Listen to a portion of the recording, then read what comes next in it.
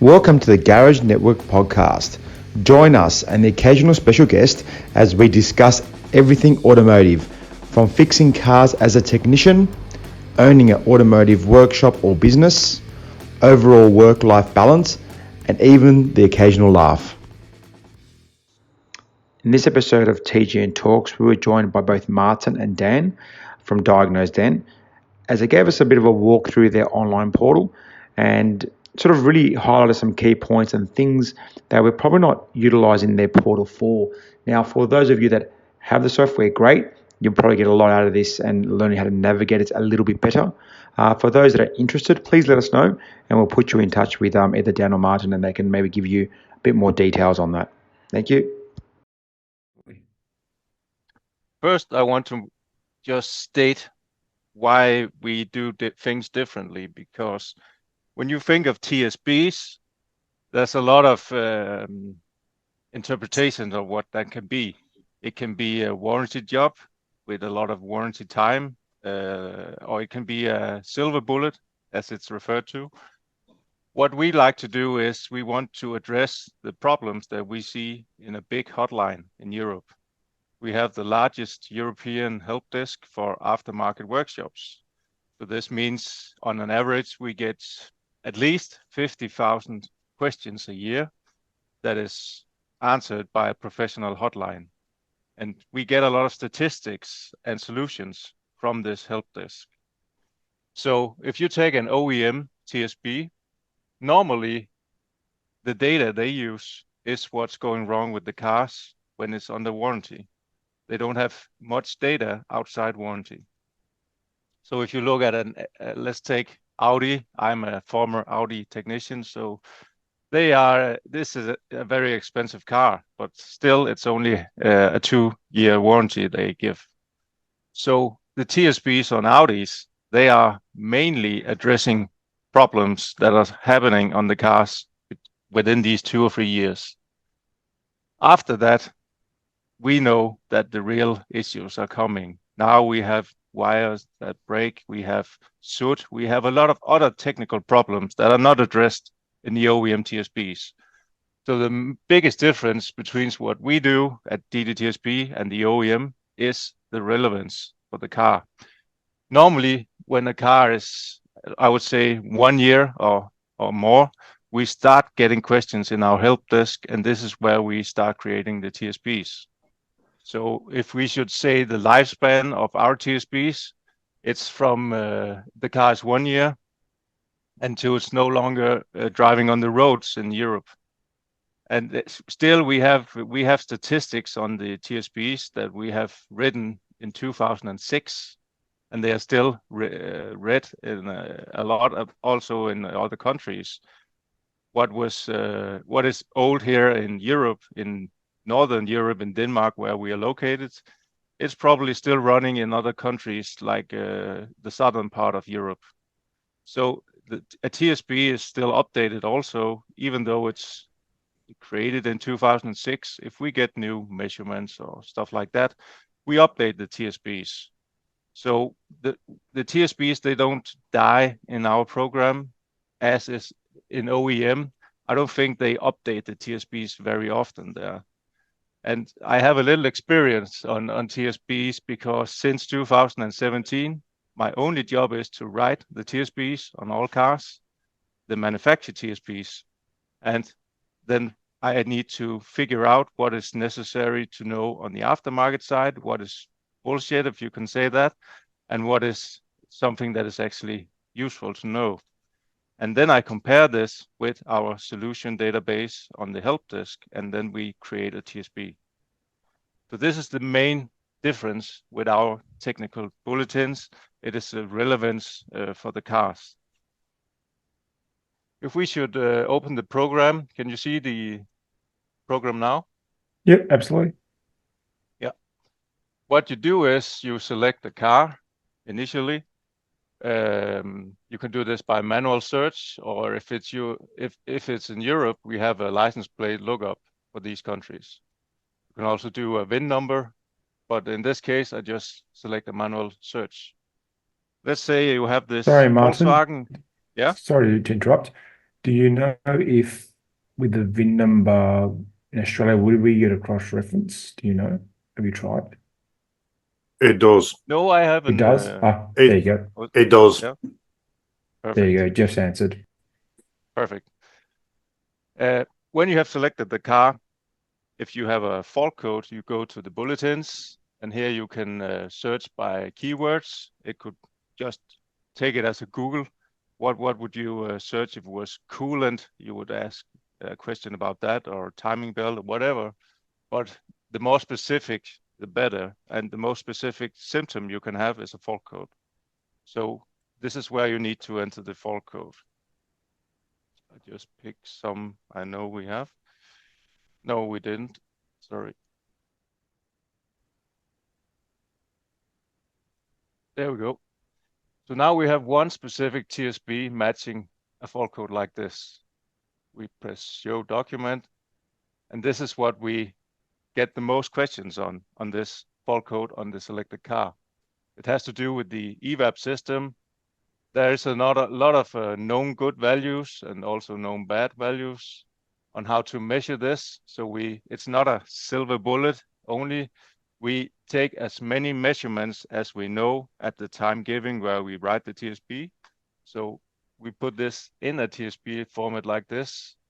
And if it comes from a customer or another user, we don't mind giving the name from the author of this TSB. So this is a specific TSB matching the car that we have selected.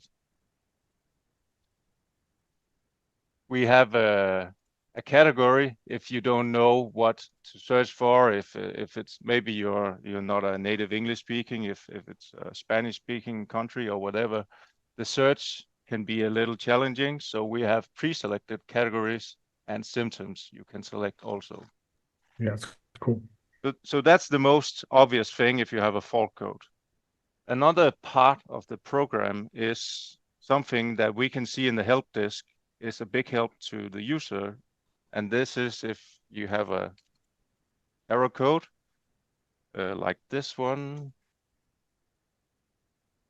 So now you get a message that we don't have a TSB matching the selected car on this fault code, but you could try to search on all car brands and on all Volkswagen. So maybe there's a system model that has a TSB with this error code. And if you press yes to this, we go to the fault code section now. And the big difference now is that we don't search on the selected car, we search on all Volkswagen group. This is very helpful in some situations where we don't have a specific TSB and you want inspiration to your diagnose. In this document, you find something that you need to be aware of, that this is on all Audis from 2015. So it's not on the Volkswagen any longer, but it could be the same problem. So as inspiration, this is another part of the program. A lot of measurements. I think we know who made this, Danny, don't we? Looks familiar, yes. Yeah. And we also have a video that was made to this TSB. It can be very helpful with the symptoms and the step-by-step guide to see this in a TSB. So this is how you find TSBs using a fault code. There's a lot of other things about the program that is useful. If we take a car like this is an electric car that has a petrol engine to charge the electric battery. So it's the range extended version of i3. If we go to bulletins, and let's say you have a problem with noise, you could enter noise in the search field, or you can select the symptom. If you take engine and we take noise, press search. Then we get critical bulletins. This means that it's something that is very costly and very important for you to know when you have it in your workshop. So now we don't actually address the same way because we don't have a fault code. So now we're looking for symptoms. We also have a specific bulletins. This means that it's still related to the car, but it's not as important or as expensive as the critical bulletin. Last, we have a general bulletins. This means it can be on all cars that has the keyword noise in it. But let's see the upper part of this TSB.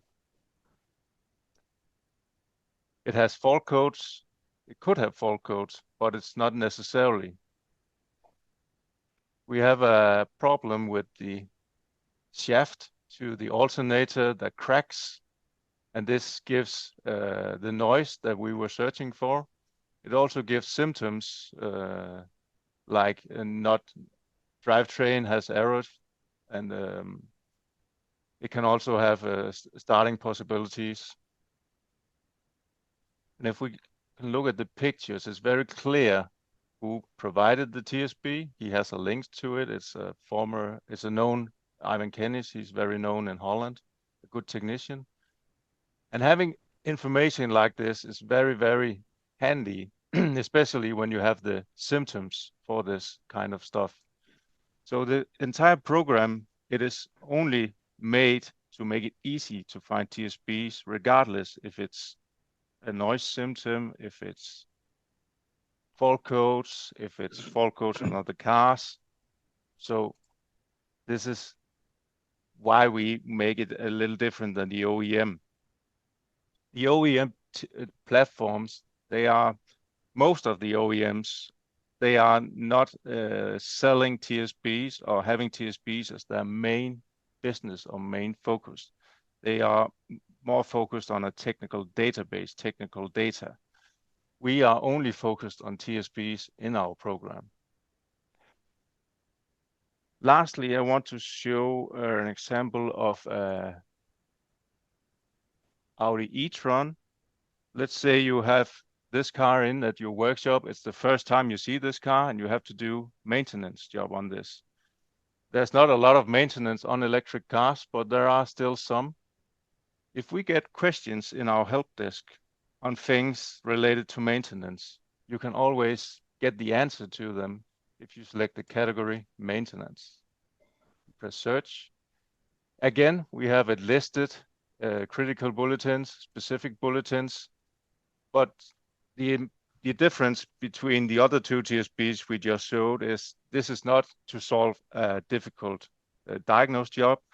This is more of knowing about the problems and thinking in a way that, are you the only workshop in the world who doesn't know what, for example, this means in the service schedule when you need to check or replace the motor grip container of the front and rear drive axle or differential.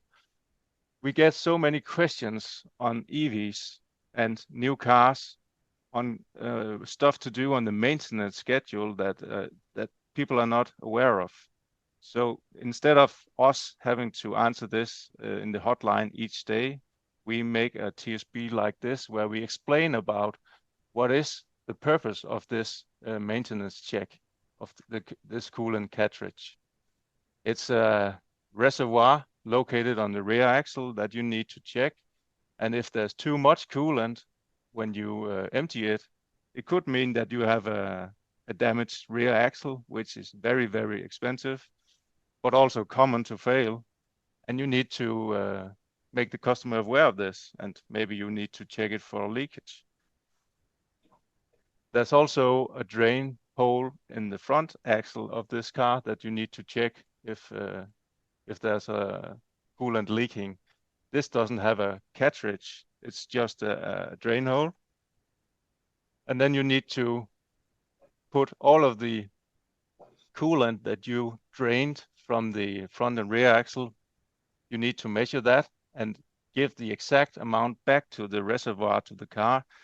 And if there's something missing now, you need to think of is there another leakage, for example, in the high voltage battery and stuff like that. Stuff like this, they don't tell you in a maintenance schedule. So we get these questions, and this is why we have this section of the program. We see it so many times on new cars, just a simple brake bleeding. if you don't do it the proper way, you will end up having to use a lot of hours on your maintenance job that you cannot charge the customer for because there was something you wasn't aware of. So this is kind of a pre-diagnostic or another way to use TSBs in our program.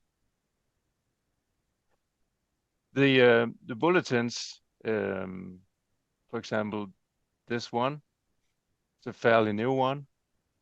There's a point in the maintenance section you need to change the fragrance system. So it has a perfume in the car. So where's it located? That's just a common question that is not answered in the technical data programs. So we answer it in this section. Last, I want to show another feature of the program. We take this French car. I don't hope that you have those in Australia, but those are the devils in Europe. They are very, Yes, very. we do. You Yes, do? we do. Oh, I feel sorry for you. So do I. Yeah. I sit beside a Renault specialist, so I have to be careful what I say, but it's not a likable car. If you take this car and you have a fault code, let's say they also have their own fault codes. They don't use P fault codes. They have DTC. Oh, that was wrong.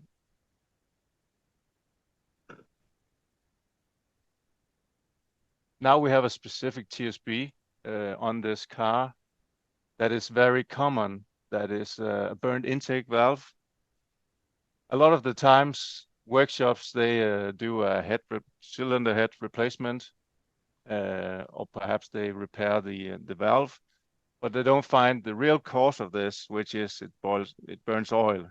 It's too many mechanics that is obvious that it's just a symptom you see here. This is not the cause. The cause is perhaps the oil rings are stuck or other things that could give an oil burn. So we like to state that we have a possible cause and a possible solution, and you need to distinguish what is a symptom and what is a cause. This is where we think that the OEMs, I don't think always they are honest about the real cause of the problem. They are more of a symptom quick fix. So in this case, you need to address the cause, which is the piston rings. At the bottom of a TSB like this, we have a link with an article we wrote about this. And we also have a reference to other TSBs. Maybe we have talked about LSPI, and you are not certain about what is this term, does it mean?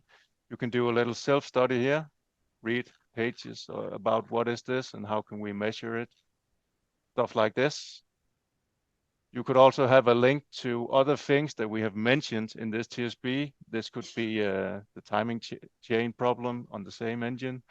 So it could be nice to know if you do a complete overhaul on the engine that you should be aware of the timing chain, and especially if you replace the timing chain to replace the wheels also. So we have reference to other TSBs at the bottom. If you like this TSB, you could give it a thumbs up and thumbs down. We use this as statistics. So if we get a thumbs down, we will see it in our team.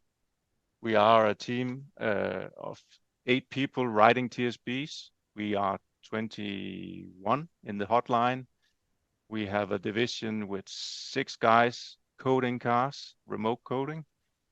And then we are in total a team with 60 employees at Electropartner, where we create the DDTSB program. So there's a lot of things going on behind this program. So feedback is something that we value and we spend a lot of time on it. Let's say you had an additional measurement for this TSB, you send it to us. We will include it in the TSB and have it up maybe next day if we think this is something that would help the technicians with this problem. So this is the TSB side of the program.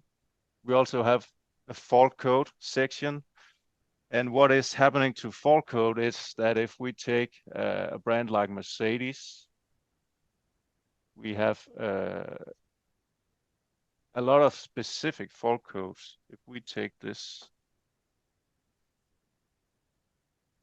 is P2069. It can mean different things depending on which control unit that it's stored in. I think we can take another, just show it better.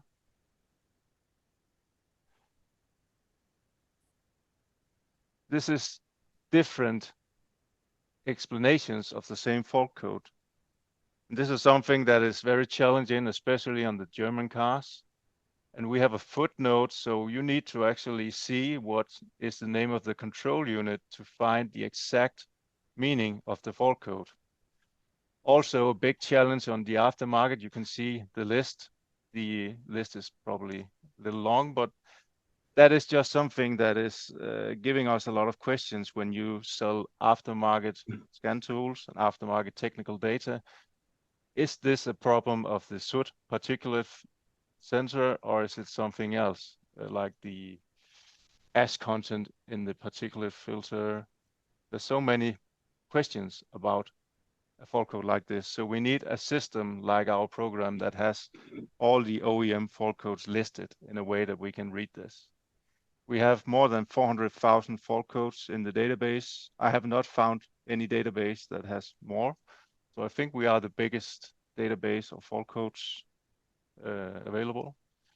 You can select. Yeah, the problem is the scan tool manufacturers don't always get this right. So you can use this as a reference. Maybe you get a wrong fault code description, or maybe in sometimes they say they have no description. So you can look it up over here. Exactly. So this was another part, and then if we go to the next part, this is a technical hotline. This is where we get the questions that are the foundation for the TSBs created. So if you have a problem, maybe you need a second opinion, maybe you need an idea for the next step, or you want to know if this is a common thing and we have seen it before. If you ask us questions in this hotline, we can search back in the entire history of DDTSB, which goes back to 2006. We can see if there's anybody anywhere that has this problem, especially if you have a fault code. We can look it up on the specific engine, and we can see if we had a known solution for this that is not already in the program as a TSB. We also have a feature where you can send in a tip to how to create a new TSB if you have a good idea for that. Then we have formulas. This is Sorry, just on that one, Martin, on the hotline. Yeah. So obviously, I saw there a call now function. I'm going to assume that's for Europe only. But the answer is call me. Call me. Yeah. If you the time difference, it will cause a challenge, but in local time we are available at 8 to 4. So we are not calling outside that area. So in your case, we would probably call you at the late afternoon. Or do you guys communicate through email or other measures? The best way is to use this chat. You can. Can you show a chat, a history chat, maybe, Martin? Yeah. If I wanted to add a measurement for this hotline ticket, I could attach a Pico measurement or a picture of something I have questions about. I write in some text. I can be notified by text message or email when we have a response, so you don't need to keep waiting in the program. And I just press submit now, and it will go in the list to the hotline guys. You can see our.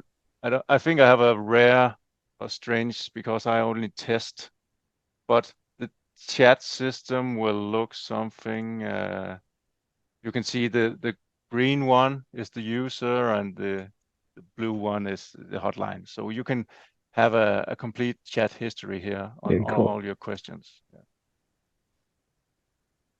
The key thing is for us that it's in a chat system as a beginning, because this gives us a database so we can find previous questions. If you want to be contacted by phone, we do this, but we need to have the chat as the initial test. Then you also get the right guy in the hotline, the specialist on that brand or system. Yeah. We have a small fee, 20 euro, I think. Yeah, 20 euro per hotline ticket. And if it's something that we say immediately, TSB number this and this, we don't charge, we are fair. It's only if our supporter uses time to answer the question. The formulas is something I think it's pretty common. You have the MS calculation. You have a lot of other different things. I think the latest one is on the state of health, just something we made as an example to give people a better understanding of what is state of health in an electric car battery. This is something we find helpful, and we will continue to put new formulas in whatever the customers they ask for. Measuring methods is something also quite unique. We do this. This is not TSBs. These are self-study programs or self-study material on common asked questions. I think the latest one is how to test a leaking high pressure system on a gasoline. We get lots of questions about how to test if the high pressure pump is leaking or the injector is leaking. How can we test this on a measurement? So when we get enough questions on the same subject, we create a measuring method like this to answer it, where we show them how to measure the rail pressure on a hot engine, and if it's working, it should increase a little when you turn the engine off. We also have a measurement showing where we have a leaking injector, so a good and bad known. These are all made so we don't have to answer the same questions in the hotline on general subjects. It could also be on something like this little bastard. It's a simple thing, the circulation pump on a lot of coolant system, but still it gives us a lot of questions in the hotline, and it's also rather expensive. So when we see these trends, we make these measuring methods to help the user. So it's actually to avoid hotline traffic we do this. So there's a lot of general things to study here. I think this is becoming more and more relevant. There's also a lot of great stuff here that we will show when we get to Australian, but these are subjects that has a lot of statistics behind them. So if we have a measuring methods on something, it's because many workshops are lacking information on how to diagnose this.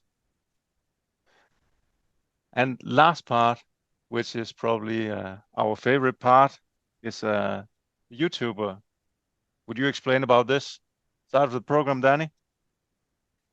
These are frequently asked questions that we get in the help desk. And if we get enough questions, sometimes it's better to make a video about this. So in this section, there are exclusive videos on certain subjects we get a lot of questions on.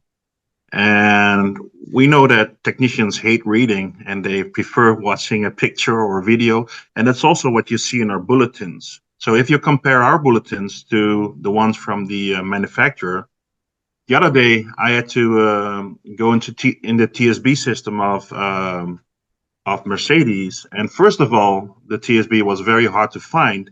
And then I had 4 pages of text and only 2 sentences were relevant. And we try to do it the other way around. We give you known good pictures, known bad pictures. And on some subjects, we give this, we create these videos. And also, if you have a suggestion for a video, you can enter that into the help desk, and we will actually take a look at it. And if we get enough questions, we will make a video. And these are exclusive videos, so they're not available on YouTube. They're just for the users of the program. Yeah, I will say actually your images are fantastic. Like I'm one of the simpletons that does enjoy good old short video or some images over a whole lot of text. Yeah, And so they're the very on videos are point. made that you actually can watch them during your work. So they're usually It's not awesome. they're not longer than 5 to 10 minutes, Yeah, which perfect. is challenging sometimes because it are difficult subjects, complicated subjects. But we try to keep them as short as possible and just give the relevant information. Don't overcomplicate it. Just give you the information you need to understand how the system works. Because let's face it, it's difficult enough. Let's not make it more Yeah. complicated than it really is. That's what we're trying. I think a lot of workshops they are always on the clock, so you need to hurry, and maybe you have forgotten something about Linbus or Canvas. There's always something that you have learned in the past, but then the years go by and you don't use it every day, so you forget about the important details. So having a tool at your disposal when you need it like this is very helpful, especially also on the videos. So if you find it difficult to read, you can see the video, and the other way around. You often understand things one way when you see it in a video, and then when you read it afterwards, other things fall into place. So having this available when you actually are having the problem in the workshop, we see a huge benefit in that. Also, the help desk can ask you, let's say the help desk needs a measurement of the canvas. And you think, well, I'm kind of rusty, or I haven't done it before, or just depends on what stage in your career you are. Then the help desk can tell you, look at the measuring method for canvas, read that, and after that, we'll be sure that you can do the measurement. And maybe you can show that, Martin, how simple we try to explain things. In what regard? When we go to Canvas, for instance, how easy the measuring method is to understand. Yeah.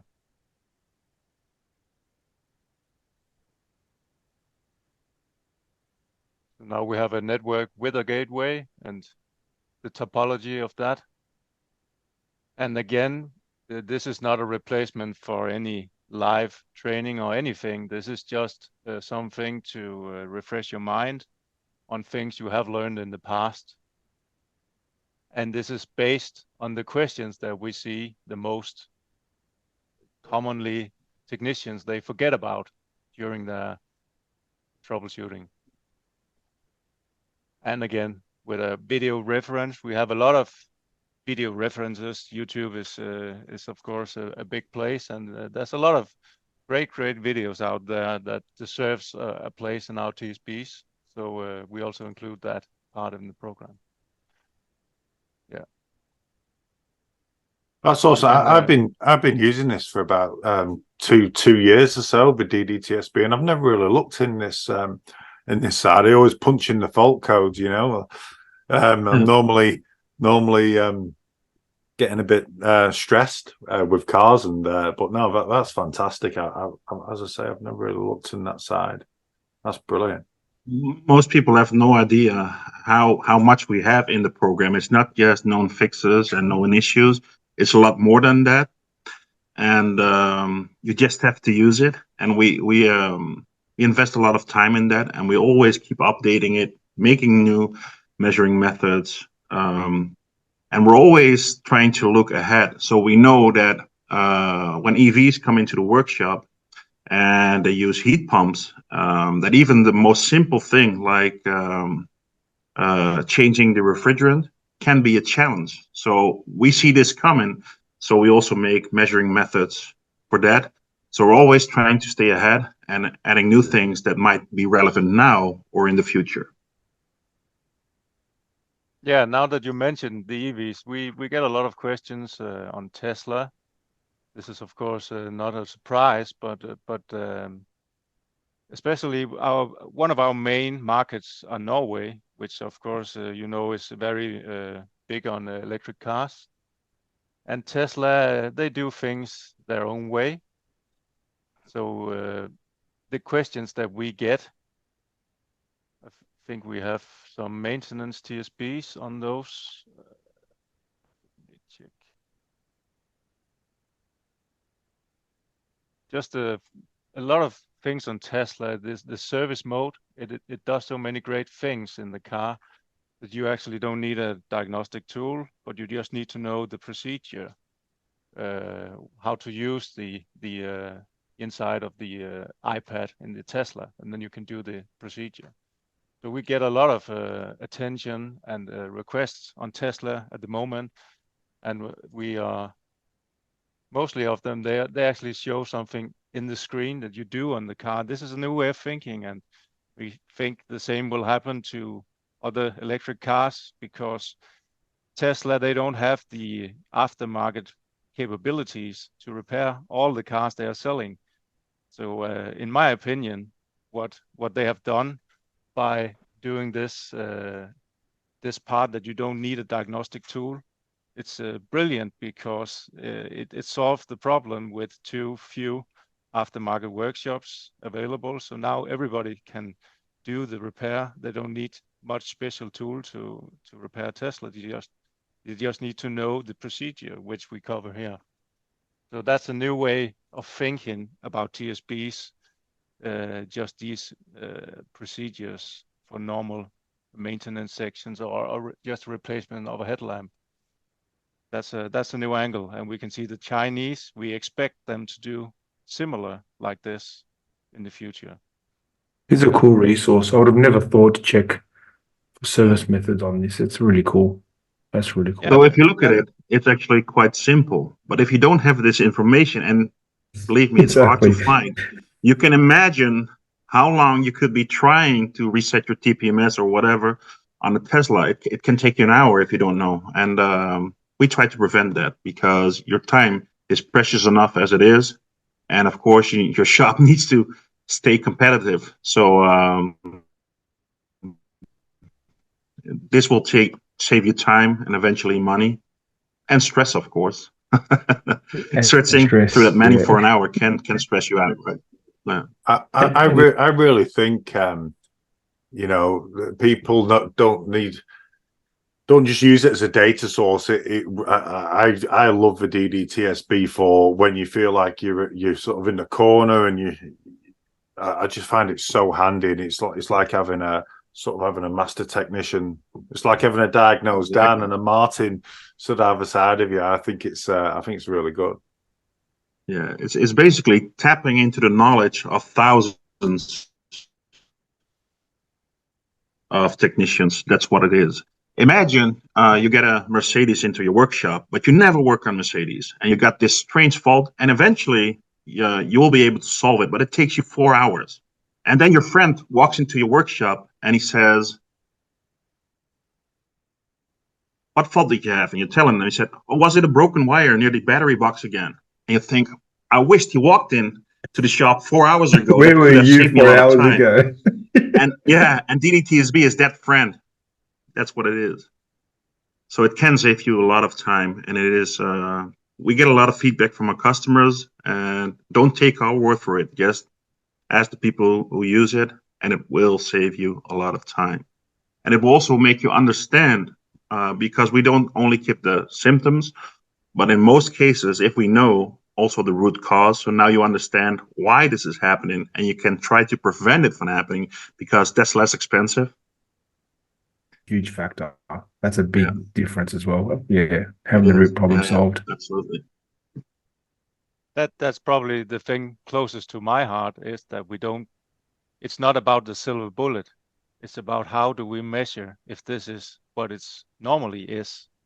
So we get the feedback that I appreciate the most, is that users who have used us since 2006 or for many years, they give us the feedback that they learn about troubleshooting and strategies and diagnosis by using our TSBs. And this is something that I treasure, these kind of feedbacks, because we don't want any part replacers just replacing because of this. This is not the intention. The intention is to learn how to measure the specific error that you're facing. And often it's very, very clear to see patterns when you have a big a hotline like we have, it's so obvious that 9 out of 10 times this is the cause.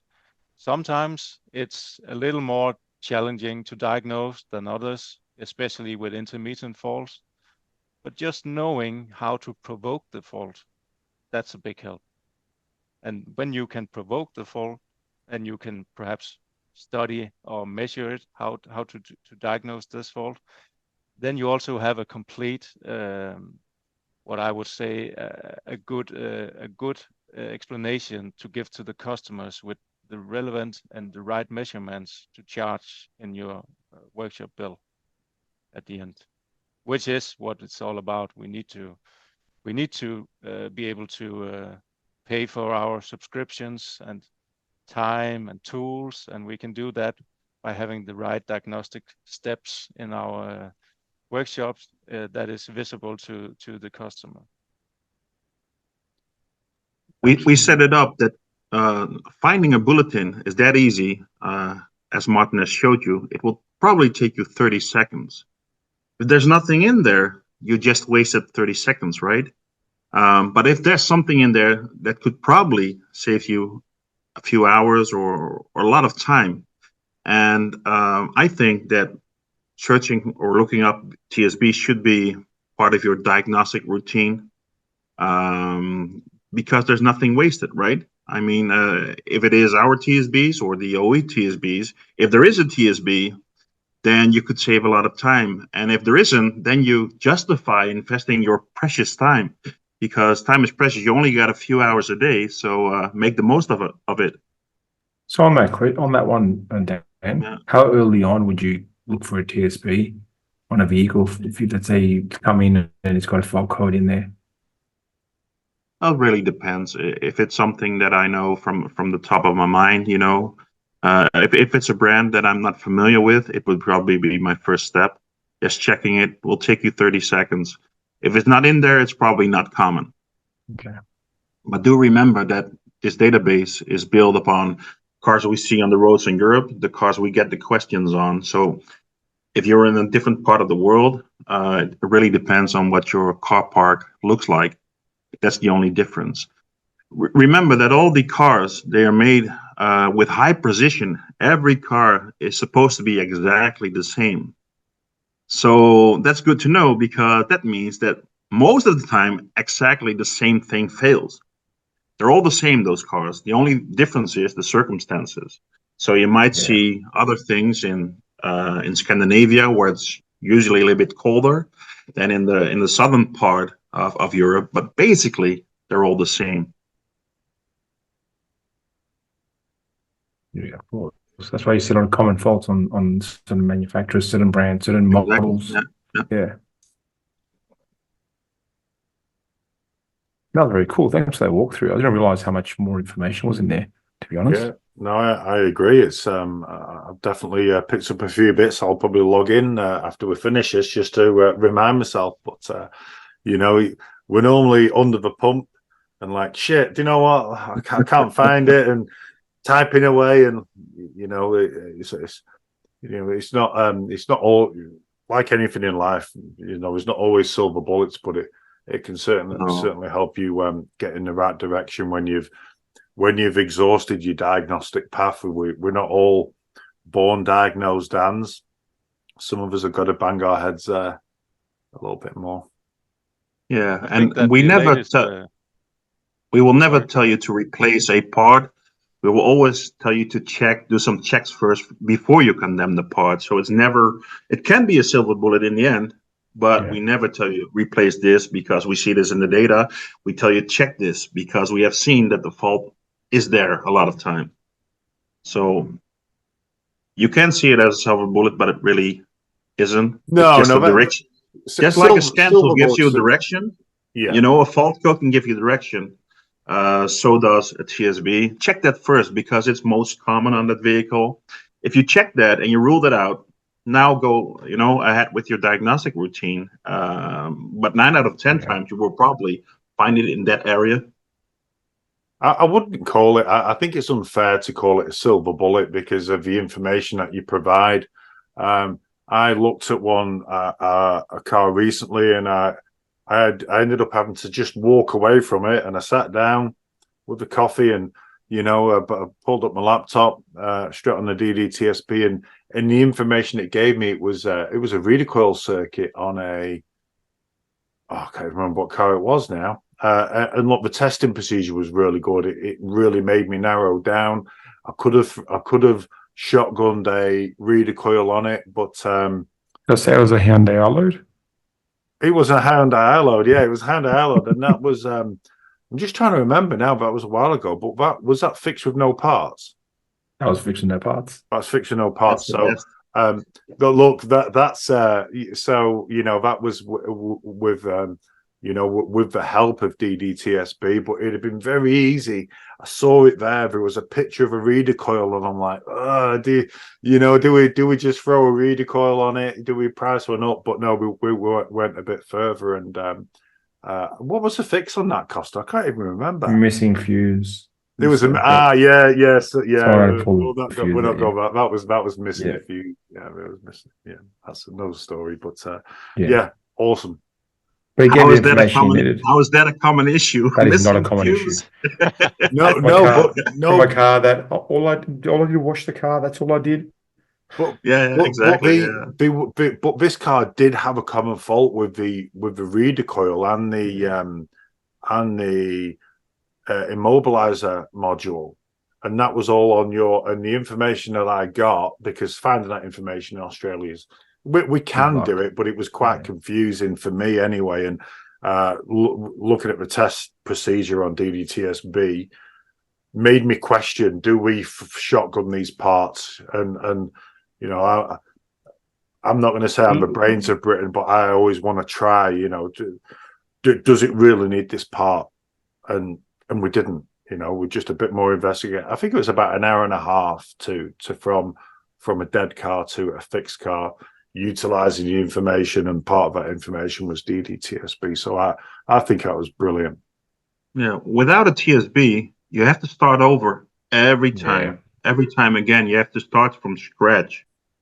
And most of us are smart enough and experienced enough to find the fault. But what if you can shave off some of the time and be more efficient? That's the whole goal of the the program. So yeah. And Martin, can you maybe show them that some of our bulletins, just a single bulletin, can have a lot of information, like on the Volkswagen PR codes, which is like, I think 300 pages or something. Yeah, that's a lot of. Yeah, that's just something. Just to give you guys an idea of the scale of the information that is in the program.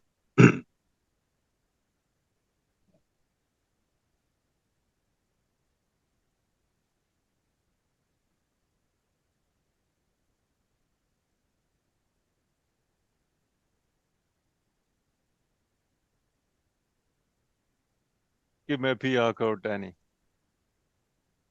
There it is, the top one. Yeah, that's true. That's a lot of pages. How many pages is this bulletin? I think it's close to 300. Yeah, but that's just something that people, they ask about it, and it's kind of difficult to explain on the phone. And so yeah, let's put it in there. Take all of it. You can have it all. Yeah. This is the option codes for Volkswagen, which are actually very hard to find, but they're all in there. Yeah. Yeah. Well, it took a while to make it, I think. Jeff's gonna Jeff's gonna print that. Example. Jeff's gonna print that and put on his toolbox. I think. That's brilliant. Yeah, I didn't know that. I didn't know that was in there. Yeah, that's awesome. The funny thing is, when we have the hotline, we have an average of 200 or 300 questions a day. So this means that our 20 guys, they speak to 200 or 300 workshops a day. And it's very rare. I also am in the hotline, usually on customers who are English speaking. And it doesn't matter if it's an Australian, or that's rare, but if it's another country, technicians struggle with exactly the same thing. The other day I saw a TSB one of my colleagues made on a Vauxhall Opel, where the OE information on how to replace the chain is so misleading.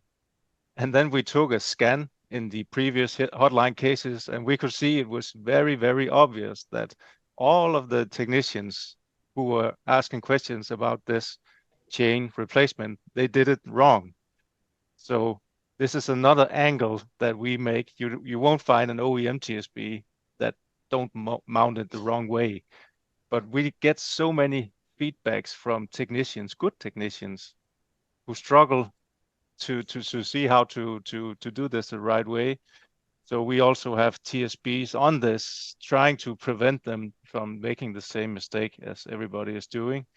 So when we do seminars, we encourage people to look inwards and say, yes, you have replaced a flywheel before. Yes, you have replaced a timing chain before. But could it be that there was something good information in the program? It would take you 30 seconds to look it up, and it could save you an engine or a 2-hour day. So this is another angle that we see technicians, they struggle with exactly the same things all over the world. And it's quite astonishing to see the trend when you have it in big scale, like our statistics show in previous hotline cases. And I guess as well, on that, a lot of different manufacturers word things differently as well, Yeah. which so easy to go around in circles of what's this part called, Then they've got all these different names for it, and you can definitely go down a rabbit hole of looking for the wrong thing. Yeah. Or just misunderstanding something that is probably obvious if you have been making that kind of engines your entire life, but not obvious for a new beginning or new non-experienced in that engine. Yeah, cool. How do you do in your workshops? Do you have access to all the OE databases? Because there's a lot of variations, and it's difficult to navigate on the OEs also, I think. Yeah, look, we've got a couple access. You got to remember as well, in Australia, we've only had access to OE portals for about 18 months. So up until then, we had no access to it at all. So a law was passed about 18 months ago, probably a bit less, where we finally got the right to access of manufacturer information. Prior to that, we had no access at all. If we wanted access, either we had to have a very good relationship with a specific dealer where you'd maybe buy them a box of beer for some information or something, or there was some people using VPNs and going through international sources. But our car park is huge. We've got 36 manufacturers in Australia. We've got a massive car park, and we get within those manufacturers a crazy amount of models in those manufacturers. So sometimes if you're looking for something really specific, it was absolutely a hurdle. And now, because we've all been trained with the workarounds, we're starting to relearn how do we go through manufacturer portals. Even getting the approvals to access the portals has been a bit of a hurdle for a lot of workshops, because then they came out with, oh, well, you can't access our portal because you're not EV certified. So that's a whole new thing. You must go through certain training to be EV certified before we give you access to the portal. So it's been a few hurdles along the way, which some workshops have decided to take the journey and go through it all. Others are just put in the too hard basket. So most people are starting to access it now, though, but not all of them. And if you can probably imagine, if you've never seen an OE portal before, and then someone gives you Otis or Elsa, here you go for it. It's a different thing. It is different to what we're used to regarding information. Yeah, absolutely. Yeah, it's not getting easier on all the new systems. So we see a thing here in Europe called CERMI right now, where there's certain things you need to fill out, and you need to be approved as a workshop to get authorized to security related technical data also. So now they make it very difficult if you should have access to all OE sites. Also, it has a cost. But I think the biggest problem here is that there's a lot of maintenance also on the OE sides. If you don't use it for 1 month, then you need to do something again, and you need to wait. So it's so difficult to find all the information when you need it. Yeah, obviously. Not that we cover this in our program, but it's just a challenge right now. I recently went for a holiday for a month and came back, and the manufacturer told me I never used their portal before. I said, here's my login. We've got it. Well, yeah, never heard of you. That was the worst. Never heard of you. You are not on the system. Yeah. Oh, okay. I actually bought the hardware off you as well. Yeah, I've got your. Anyways, different story for a different time. Thanks for that, guys. That was really cool. That was good to see the actual program's full potential, because I think I definitely was not using it to that. It's good to know it's there. Search in the fault code. Yeah. Sorry, guys. I'm sure me and Costa will at least delve into it a bit more and utilize it fully. Well, at least we can let our members know, because we have had a few questions about the program, and I definitely don't think I've used it enough to answer those questions. So it's glad that we could have you guys on to that bit of a walkthrough. Yeah, and if they have any questions, just tag us in the on your Facebook site, and we'll be happy to answer any question. Amazing, excellent. And I heard that you're buying all the Australians beer in AA. What kind of brands of Australian beer are there? We've got all of it. I need to taste them all. Yeah. So look, what will challenge accepted? Yeah. I know a place that you might like, but I'm going to keep that a secret. I already like it. Stop recording. Oh no, I'm only joking. Yeah. No, it's going to be fun, and we're looking forward to come to Australia. The only thing I'm not looking forward to is sitting in a chair on a plane for all day. Yeah, but that's not the fun time. Besides that, it's going to be great, and I'm looking forward to meet you guys and all my Australian colleagues and get a feel of the way things are done in Australia.